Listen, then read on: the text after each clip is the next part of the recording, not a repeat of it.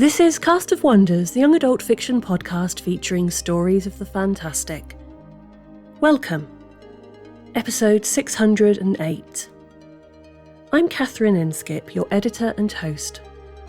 Our story for today is The Light That Became a Star by A.N. Pinkard, a Cast of Wonders original. A.N. Pinkard was born in Japan, where they spent summers climbing the sacred mountains with their grandmother. A former science journalist, they now write speculative fiction, often themed around boundaries and liminal spaces. They live in Brooklyn, New York, with their family, many houseplants, and the occasional sparrow that wanders in the window. This story is narrated by Marie Brennan. Marie Brennan is a former anthropologist and folklorist who shamelessly leans on her academic fields for inspiration.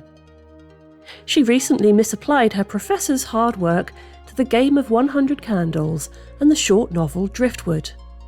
She is the author of the Hugo Award-nominated Victorian adventure series, The Memoirs of Lady Trent, along with several other series, over 80 short stories, several poems, and the New World series of world-building guides.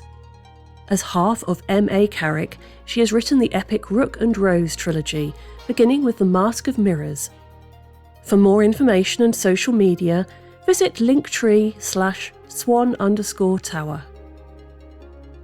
And now, we've a tale to tell.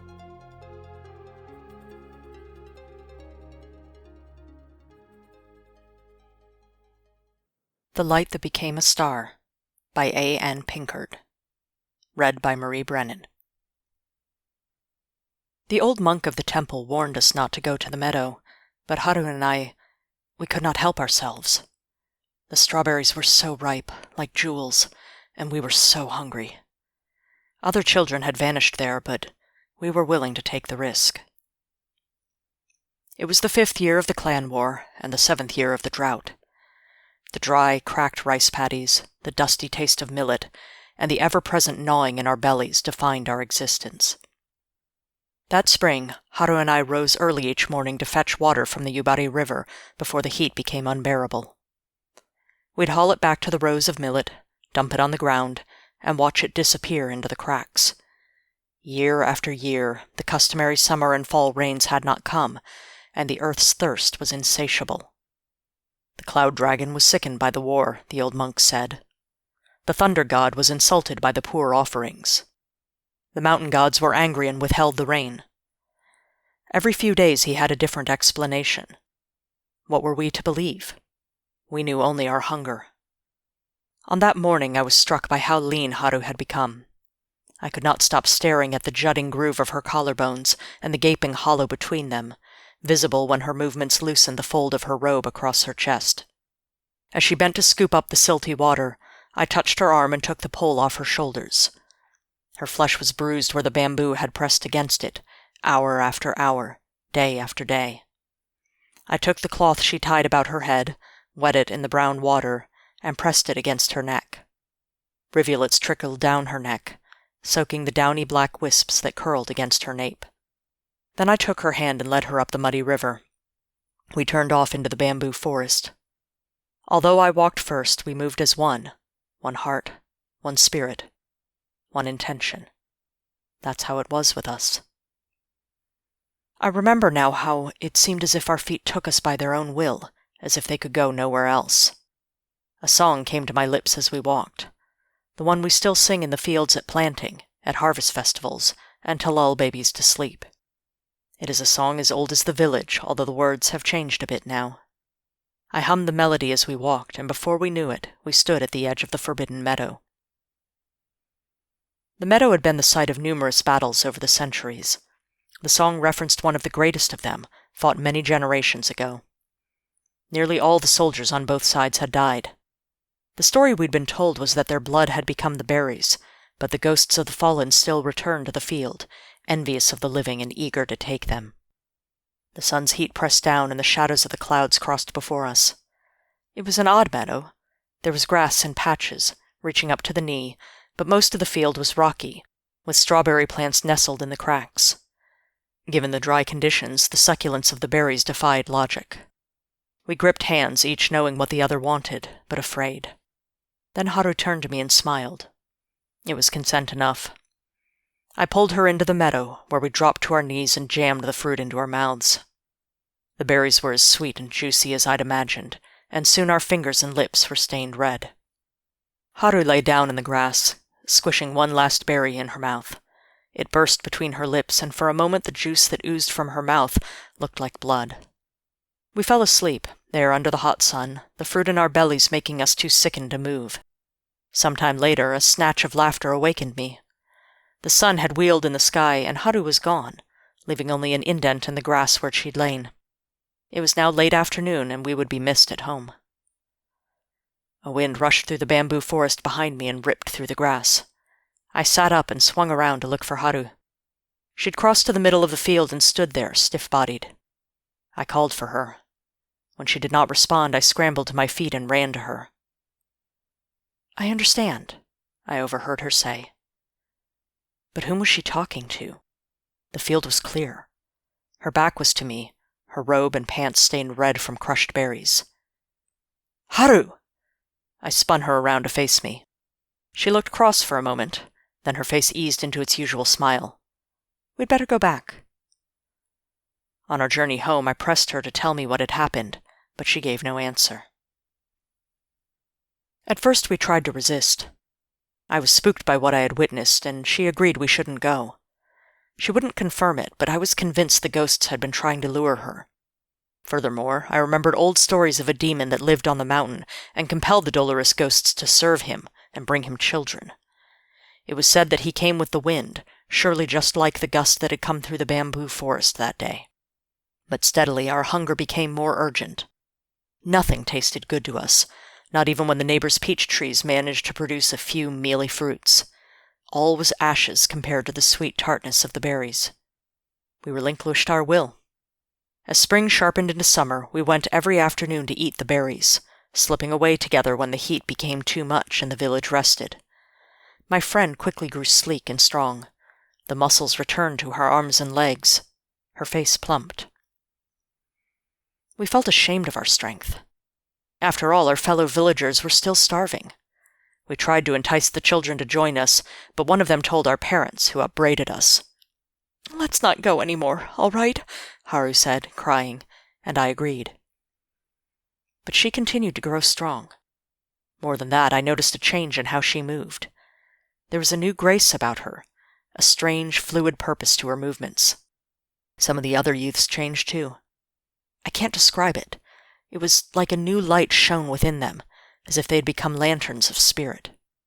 One day, I approached her as she caught grasshoppers in the millet field. I knew she'd been avoiding me, and this was the first time I'd found her alone. "You're sneaking off to eat the berries without me," I said. "It's not for the berries." "Isn't it? Show me your tongue." I was sure I would see the stain of her betrayal on it. "I'll do no such thing," she cried, and ran off. From that day on, I spied on her. I wanted to catch her in the act. She didn't go during the day, so I looked for her at night. Sure enough, she and the other youths snuck off together in the dead of night, when the stars of the drum were overhead. Once they reached the bamboo forest, they fell into a line, singing softly. It was too dark to see, so I followed the sound of their singing. As I walked, my feet took up the beat. It was the same song I had hummed, the words familiar as the baked crust of earth. There was a stanza about a night march to the mountain to see the heavenly lights. I'd thought it described the soldiers marching to battle, but it had never quite made sense to me. And now here we were, acting out the lyrics. And when we approached the meadow, and I saw there were indeed lights on the mountain, a coldness crept through me. I crouched in a tall patch of grass to watch. As Haru and the others crossed the meadow, the lights seemed to swoop down and hover above them. I realized they were fireflies. The youths ate, then began a peculiar dance. No, not a dance. They were practicing military maneuvers. The fireflies grew and became ghost warriors in full armor. I could make out the moonlight curves of the helmet crests, the brutal gleam of their masks. Beneath them, Haru and her friends moved with practiced confidence. My fear kept me from stepping forward and crying out, so I watched, horrified, until I realized I should beat them home, and ran off. The next morning I watched Haru at the river, but she did not seem tired at all. In fact, she hummed while she worked, that same old song, hauling water to the millet fields with tireless grace. "I saw you last night," I said. She pretended not to know what I was talking about, but I pressed, terrified that she would be taken away by the soldiers' ghosts. At last she admitted it. "But it's not what you think," she said. "The ghosts were training her to fight a heavenly battle to help the village," she explained. "If they won, the drought would end, and then she would return." "Then let me come with you," I pleaded, but she refused. "We'll be called away quite soon," she said. "But please, you must stay out of it. I couldn't stand it if you went too. It's dangerous, and you haven't been training." I was sure that the ghosts had tricked her. But as the days passed, they remained unharmed, and my fear made way for jealousy. She and the other children were eating the delicious berries without me. Moreover, their clandestine activities brought them closer, so that now she spent all her time with them. One day, when I caught them whispering among themselves along the riverbank, I was overcome with rage and confessed to the monk. He immediately called on the parents to bring Haru and the others to him for purification and exorcism to rid them of the touch of the dead. Word spread, and soon all the villagers headed out to find the youths. Haru saw us coming and realized our intentions immediately. The look she gave me, of confusion and hurt, even the memory of it makes me quail. She gestured to the other children and they ran off. We followed, but we hadn't the benefit of strawberries or training, and they outran us easily, dispersing into the bamboo forest like a flock of sparrows. I was the first among the villagers to arrive in the meadow. Breathless, I couldn't speak. Then the sight before me took all thought of speech away. Ahead of me, the youths had lined up before Haru and begun singing. Much like the day we'd first come, the sky was restless with clouds. One passed over the sun. As its shadow fell over the youths, it seemed to gather itself and thicken into the form of a great tengu, its cruel beak flashing and its yellow raptor's gaze on the children as it hovered above them. It wrapped the children up in its vast black wings and vanished. It was only then that I managed to call for Haru. I was too late. The monk made me prostrate and recite the sutras while billowing incense smoke poured over me. By association, I too must be tainted by the Tengu and its demonic ghost army, he'd claimed. But really, I think it was because he felt ashamed that he had not been able to save the others. He told me the Tengu used to live in the mountain long ago, but that his predecessor had driven it away. Clearly it had returned and must be dealt with again. He strode off to the field to consecrate it. But the parents defied him, and prayed and made offerings to the Tengu to return the children. Later that summer, they put up a shrine for the lost. The berries vanished, as if one day someone had eaten them all. I went to Haru's shrine every day. I told my parents I went to pay my respects, but I knew she wasn't dead. When you love someone that much, you just know. And that fall, at last, dark clouds gathered and the rain fell. We ran out of our homes and sang songs of thanks as the rain came pouring down. It felt like the earth shuddered with joy beneath our feet. And with the clap of thunder, the lost youths appeared. Haru was not among them. With the next flash of lightning, I saw the Tengu hovering in the sky. A great rage came over me, and I raced to the field. Sure enough, he flew by on his way to the mountain. I shouted up at him, daring him to face me.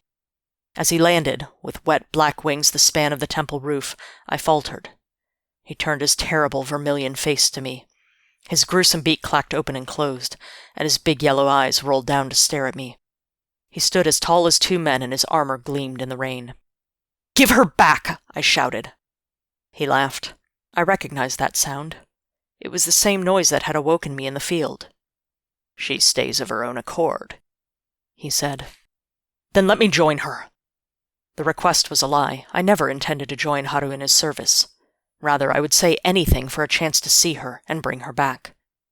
His yellow gaze fixed on me, their holes constricting. "She is a great, noble warrior.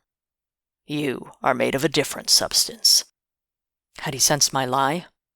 He unfurled his wings to fly away, but I leaped forward and grabbed the tip of his wing. A feather came away in my hands. He made a strange cawing sound, like a crow. Sensing the feather might have power over him, I held it up. "Prove to me that she's not your prisoner." "You are very determined," he said, "but so is she. Very well. Convince her to return, if you can." Before I could respond, he caught me around the waist, and with the sound of 1,000 birds flapping, he flew up and toward the mountain. I held my breath and closed my eyes against the pelting rain. I lived by the Tengu's whim, with nothing to stop me from falling to my death and that thick arm about me. When the rain stopped, I dared open my eyes. We flew above the mountains, the mist swirling around the green trees. Then he descended, and the trees rose up alarmingly. But the Tengu landed, lightly as a swallow, before a torii, its once red paint faded and worn. Uneven stone stairs led up to a cave formed by an enormous cypress tree. Its muscular roots gripped the mountain rock, and a frayed prayer rope, green with moss, ringed its trunk, which was thick enough that all the village children would have been needed to link hands around it. I was sure the Tengu's nest was in that tree, and we stood at its entrance. Curious, I thought. What need did he have for steps? Their centers were worn down, as happens with the passing of thousands of feet over the centuries. I tucked the feather into my sash and took the first step. A voice that my ears yearned to hear called my name. Haru stood at the top of the stairs. She looked magnificent. Healthy, with an ethereal glow about her, dressed in the full armor of a warrior, her helmet tucked under her arm. She bowed in greeting. I wanted to run up to her, but her splendid appearance, the formal gesture with which she greeted me, put me off. And then she smiled, and the smile was the same. I raced up the stairs and took her hand. "Come back with me," I said. "My work is here, with the Honorable Tengu." "Don't call him that," I cried. "He's a demon and he's tricked you." "That's what the monk said, isn't it? But he's wrong. The song we sing, haven't you figured it out? The Lord Tengu protects us. He's trying to save us." All the stories we'd been told indicated otherwise, and I argued with her. In response, she simply asserted her point of view, almost amused at my confusion. The Tengu had been the guardian of the village for a long time, she explained. A demon Oni had captured the cloud dragons and sent his minions to foment war among the clans. Haru and the other children had volunteered to fight against the Oni as part of a massive heavenly army. They'd won the first battle and freed the village, but the fight continued. I countered her every statement, but she spoke with the assurance of someone who would not be moved. Finally, I wept before her. "Please," I said, "you must come back. Think of your poor mother and father who miss you. Think of me. I'm nothing without you. You have a duty to us. If the Tengu is as powerful and noble as you say, what right does he have to lure youths away from their families? Let him recruit others to fight his battle." I sensed her resolve waver. I continued on until, finally, she put her helmet down and said, "I don't want you to grieve for my sake. I'll return." Just like that, we were back in the meadow. I staggered at the sudden change. Haru stood in her customary hempen robe and trousers. "You must go see the monk immediately," I said. "He'll remove the Tengu's spell from you." "I know," she said, and walked back to the village. Haru's family welcomed her with great joy, and the monk, who was also overjoyed to see her, performed the requisite rituals with great care. We labored in the fields together. The millet heads grew fat and heavy, and we were able to grow late-season barley, yams, and radishes, enough to see the village into winter. The magnificent feather had shrunk to a crow's. Every night I put it under my pillow. In the morning, I would twirl it between my fingers, gloating over my victory over the Tengu, then tuck it into my sash. As winter came on, Haru diligently applied herself to her duties. She prayed regularly with the monk and brought her family great joy. But I saw that the light in her had dimmed, as if the lantern within her had been covered with a cloth. I tried to express my concern. "Of course I'm all right," she would say. "I'm back where I belong, aren't I?" When spring returned, there was more than enough work planting rice to keep us occupied. But I discovered that every day she wandered off when the bulk of the work was done. I followed, knowing where I'd find her. Sure enough, she was kneeling in the meadow. I knelt down beside her. "Everyone thinks I was bespelled by the Tengu. But what if I wasn't?" she said. "Of course you were. Why else would you want to be anywhere other than with those who care most about you?" She covered her face in her hands. "I don't know." The sight of her suffering caused me great pain, and I thought about the feather I kept tucked away. "Do you want to return?" "Yes," came the muffled reply. "Why?" What I meant, but could not say, was, "Why do you love the Tengu more than me?" "Do you remember when we ate the strawberries for the first time. After that, nothing tasted right. It's like that for me, she said. When I held the spear in my hands, when I learned the forms, I felt a great sense of purpose. For the first time, I understood what I must do, and now nothing else feels right. Maybe that is the Tengu's curse. My heart broke to hear her words. It was not the Tengu that drew her, though he had become her beloved teacher. No, it was her own nature, and in my selfishness, I had kept her from it. Then let's go to the mountain and find him.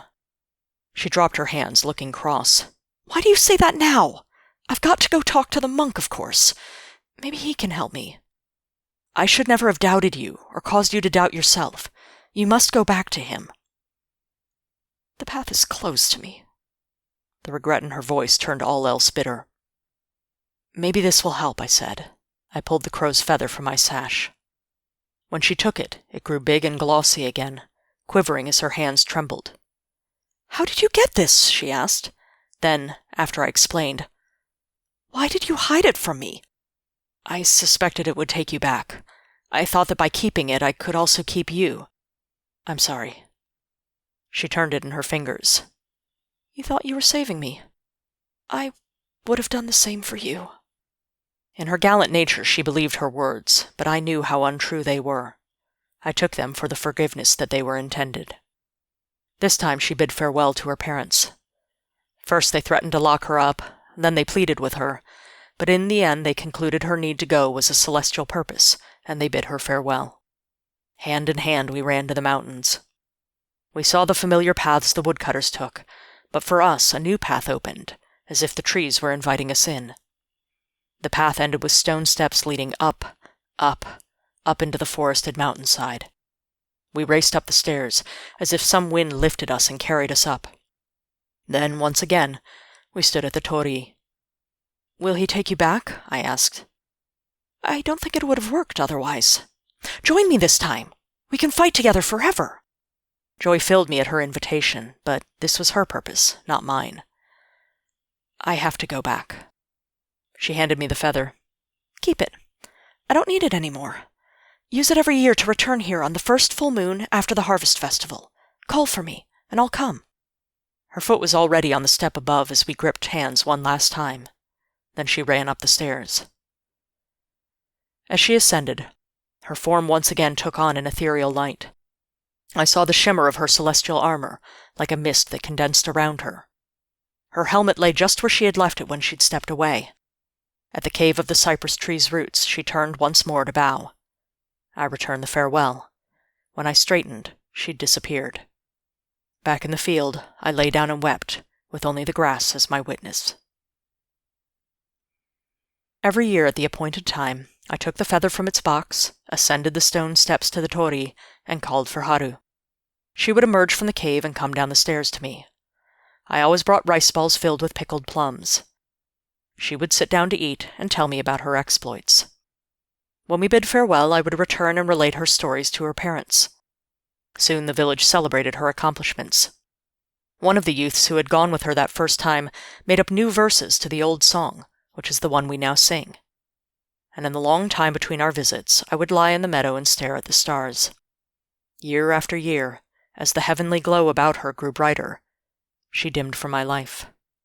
Time did not pass for her as it did for me. She always seemed startled to see me, saying it seemed only a few weeks since we'd last met, while I had watched the seasons creep by.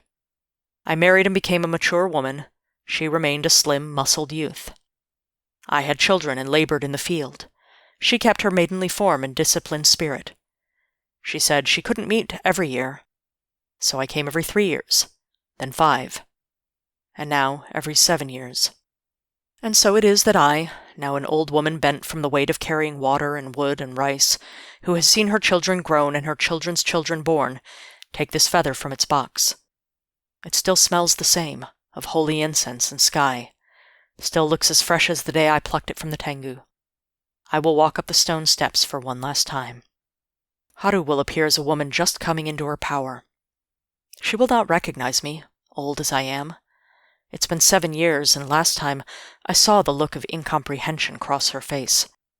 I will tell her of the newest village child. A healthy young girl born to her grandniece who reminds me of her, of the bountiful harvests we've had because of her, of the village's growing fame for producing the sweetest rice, requested by the emperor himself. I will tell her that the villages now climb the steps to the torii every year to make their offerings of thanks, that the monk has given her a heavenly name, and that the temple commissioned a statue of the Tengu, carved from a magnificent camphor tree felled in the forest a few summers ago. This time I'll bring dried sweet rice cakes to honor her. She'll eat them, and nod and smile politely as I talk. Now the Tengu's general, she will tell me of her latest battle, of how they stormed one of the Oni's castles, she and these ghostly warriors of hers, and how the next wave of enemy soldiers must be stopped. I already know these things. I can see her exploits drawn in the stars if I lie in the meadow where strawberries once grew, holding the Tengu feather to my chest. Some nights they shimmer and fall around me until the stars and the fireflies dance together as one. When it comes to friendship, it seems to me as though there are very different ways of doing it. Some of us collect communities of friends around us. Some people fall in and out of friendships like shifting taste in music or fashion. And some of us grow up with a best friend. But regardless of how deep a friendship is, it's rarely a static, unchanging relationship, especially when we're still growing up. Even more so when two best friends grow in different directions at different rates. To me, this story speaks very much to that experience of a precious friendship that is slowly and inexorably torn apart, or at least changing. But even if we do have to let go of the inseparability that a friendship may have begun with, to let our friends walk their own paths, the friendship itself doesn't need to fade. I love the care that these two friends show for each other in this story, and even as they become less and less present in each other's lives, that care still remains. Join us again soon. We love bringing you the best audio fiction week after week, but we can't do it without your support. Your donations pay our authors, our narrators, our servers, and our staff. Please consider supporting us with a monthly donation through either PayPal or Patreon. You can also review us on Apple Podcasts, request us on Spotify, and consider the stories we publish for award consideration. There are lots of ways you can help. Join the discussion on the EA Discord and visit us on social media at Cast of Wonders. Come say hello. Cast of Wonders is brought to you by editor Catherine Inskip, assistant editor Alicia Caparaso, associate editors Rebecca Arn, Tanya Adelit, Amy Brennan, Sobtua Haseway, Cup Jacob, Becca Miles, Ray O, Samuel Poots, Pooja Prakabaran, Emma Smales, Denise Sudell, and Rin Yi. Our editorial assistant is Amy Brennan, our community manager is Denise Sudell, and our audio producer is Jeremy Carter. Cast of Wonders is part of the Escape Artists Foundation, a 501c3 non-profit, and this episode is distributed under the Creative Commons Attribution Non-Commercial No Derivatives 4.0 International License. That means you can download or listen to the episode on any device you like, but you can't change it or sell it. Our theme music is Appeal to Heavens by Alexei Nov, available from Promo DJ or his Facebook page. Thank you for listening.